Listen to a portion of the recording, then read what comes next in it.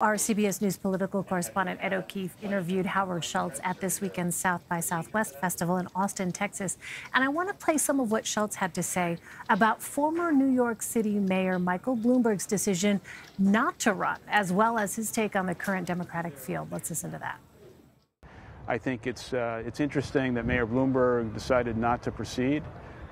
Someone who has been a great business person, a great mayor, who could not kind of crack the code of how his position could be perceived positively in a Democratic Party that is moving so far to the left.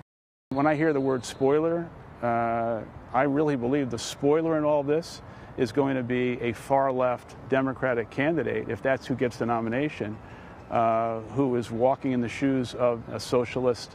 That's going to be the spoiler.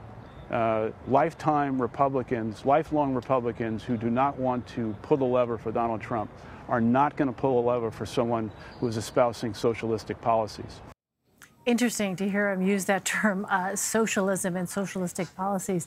Scott, let me ask you, what does Michael Bloomberg's exit mean for Howard Schultz? And what are you hearing from Democratic voters about what they're looking for in a candidate?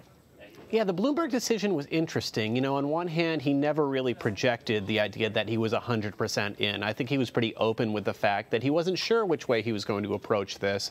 Michael Bloomberg is still going to be an enormous factor in 2020. He is committed to spending hundreds of millions of dollars. It's funny, at the same time that Michael Bloomberg feels like he might be too moderate for the Democratic Party, he's been leading the fight to push for gun control on the state and federal level and to shift away from carbon dioxide, closing coal-fired power plants and other things. Obviously, two big progressive issues that he's leading on, but at the same time, he felt like there wasn't room for him.